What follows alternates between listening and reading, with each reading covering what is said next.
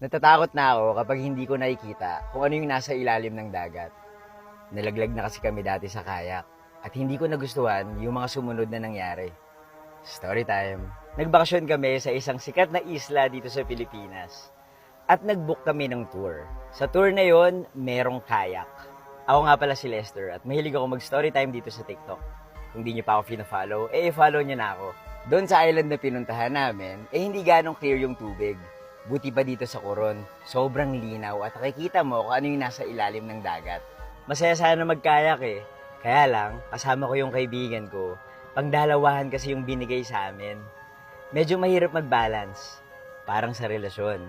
Kapag hindi nagko-cooperate yung isa at merong pabigat, uhuga at malalaglag kayong dalawa.